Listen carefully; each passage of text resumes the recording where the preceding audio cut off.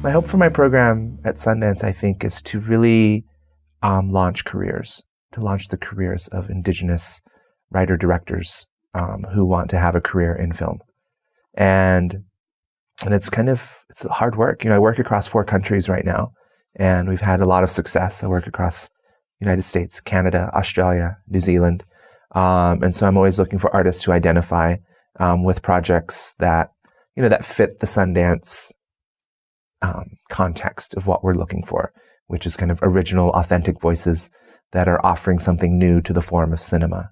And a lot of times, and I work with colleagues who have run like our feature film program. My colleague Michelle Satter has run that program for 27 years, and so she has read every possible kind of script ever written out there in the world. And so to try to find something that resonates with my colleagues and their taste, knowing that they do know a lot, is the biggest challenge. I feel like because of our history as Native people, we have so many variables figuring into the equation, which is one context. But then at the same time, I think in all of these countries as well, we're kind of going uphill against a history of cinema that has already been created without our participation. My hope is that we're going to redefine cinema and redefine storytelling in its visual form, whether it's, television or film or even other fine arts, installation, experimental, all of those things, because I think we have such a rich tradition of storytelling that hasn't yet perforated or penetrated kind of the way stories are told visually now.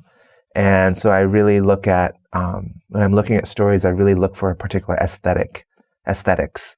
I look for particular structures and styles and ways of telling stories that are really fresh and original and new and not so necessarily standardized by the industry that we work in.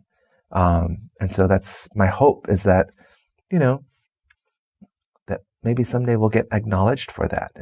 But I do also have a fear that once we do become successful and once we do prove that, Native and Indigenous stories can be and will be lucrative, that industry will start, as they have in the past, will start to co-opt those and create them for themselves, for profit and not necessarily with integrity.